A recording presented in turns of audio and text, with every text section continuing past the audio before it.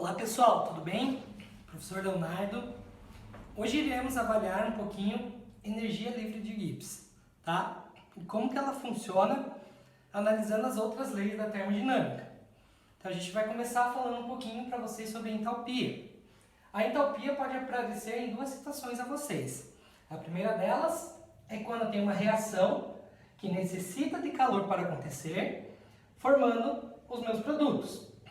Quando a reação necessita de calor para acontecer, esta reação será endotérmica e terá o ΔH maior que zero.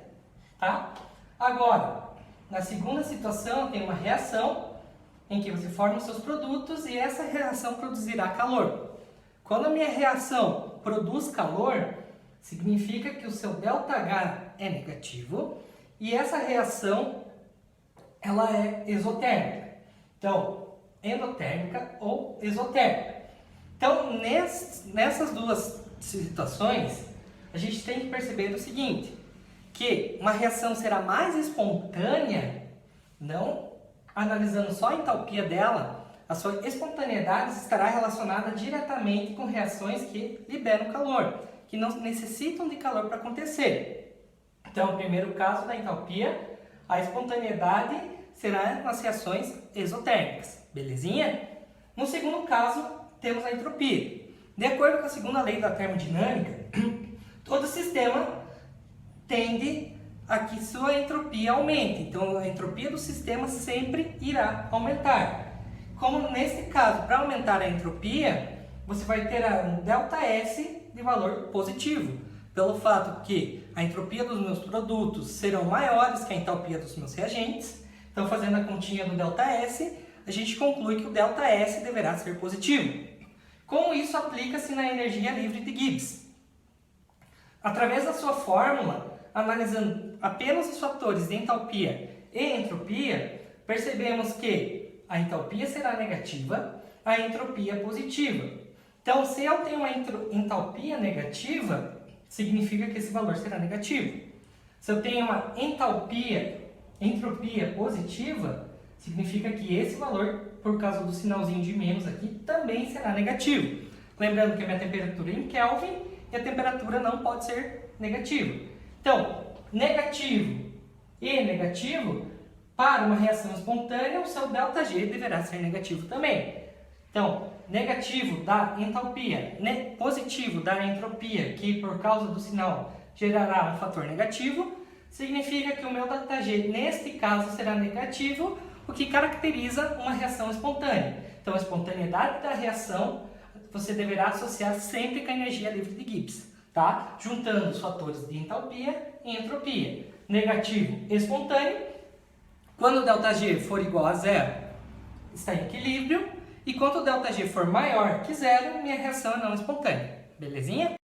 Para praticarmos, temos uma questãozinha da UFPR, tá? Que ela te traz duas reações e uma tabelinha com valores de variação da entalpia, variação da entropia, variação da energia livre de Gibbs em duas temperaturas diferentes. E vamos analisar agora afirmativa por afirmativa para verificar se são verdadeiras ou falsas. Então, a partir dos dados apresentados, identifique as seguintes afirmativas como verdadeiras ou falsas. Afirmativa número 1. A diminuição da temperatura desfavorece a espontaneidade na reação 1. Então, se eu diminuo a minha temperatura na reação 1, eu vejo que eu passo do ΔH positivo para um ΔH negativo, o que significa que estou favorecendo a espontaneidade da minha reação. Lembrando que a espontaneidade só pode ser verificada através da variação da energia livre de Gibbs. Tá? Então, se eu diminuo a temperatura na reação 1, eu, consequentemente, diminuo e torno negativo o valor do ΔG. Assim sendo uma reação espontânea. Então, a afirmativa 1 é falsa. Afirmativa 2. O aumento da temperatura favorece a espontaneidade da reação 2. Se eu aumento a temperatura do ΔG, significa que se eu aumento a temperatura da reação 2, significa que o ΔG da reação 2 diminui. Quando vai diminuindo cada vez mais o ΔG, significa que a minha reação vai ficando cada vez mais espontânea. Nesse caso, ela não chegou a ficar negativa, então ela não é espontânea. Mas ela é mais espontânea quando eu aumento a temperatura a 2800 Kelvin do que ser comparado com a temperatura de 200 Kelvin. Então, essa afirmativa é verdadeira. Dando continuidade ao nosso exercício, então, vimos que a primeira afirmativa era falsa, a segunda afirmativa verdadeira, e a terceira afirmativa, ela te dá a reação 1, que eu coloquei aqui para vocês, e pergunta se numa temperatura de 400 Kelvin, essa reação será espontânea ou não espontânea. Então, como que a gente faz?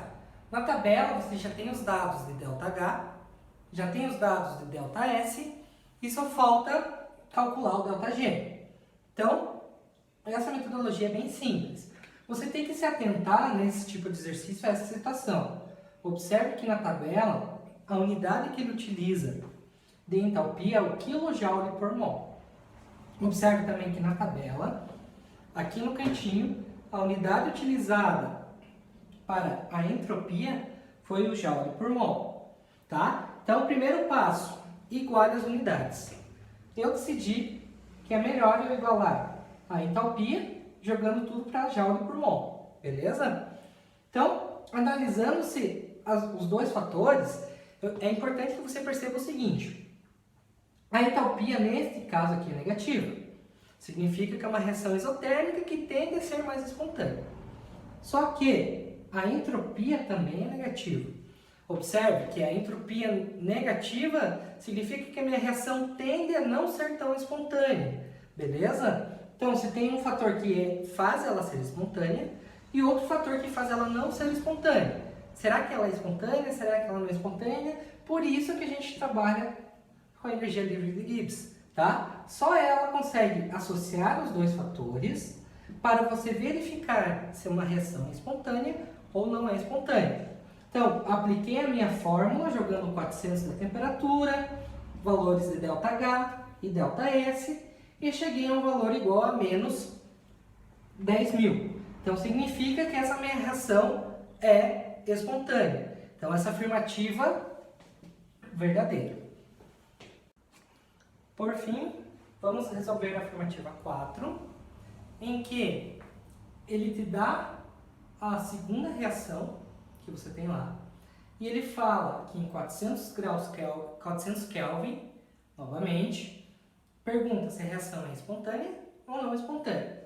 Então, analisando a tabela que você tem, você percebe que você tem um valor positivo de entalpia e esse valor está em kJ. E o valor aqui de entropia, que também será positivo, significa que isso aqui não é espontâneo, isso aqui é espontâneo. Vamos ver quem que define se a reação em si será espontânea ou não. Então, o primeiro passo, sempre transforme para a mesma unidade. Então, transformando para a mesma unidade, cheguei no valor igual a 30.000 joules por mol. Jogo na minha fórmula, tá? Cuido aqui com a operação matemática, operaçãozinha simples. 400 vezes 5, 2.000. 30.000 positivos menos 2.000, menos 2.000. Valor igual a 28.000 positivos, o que me dá uma reação não espontânea. Portanto, essa afirmativa é falsa. Você analisando então o seu gabarito, note que a afirmativa correta será a letra D. Beleza? Então assim a gente encerra a nossa aulinha rápida de energia livre de Gibbs. Se você ficou com alguma dúvida, alguma pergunta, questione amanhã na nossa aula, tá? Espero que você não se confunda, porque na aula passada eu acabei trocando os sinais, tudo bem? Então reveja essa aula, veja que essa aula os sinais estão certos, a resolução está certa. Bons estudos e até mais. Valeu!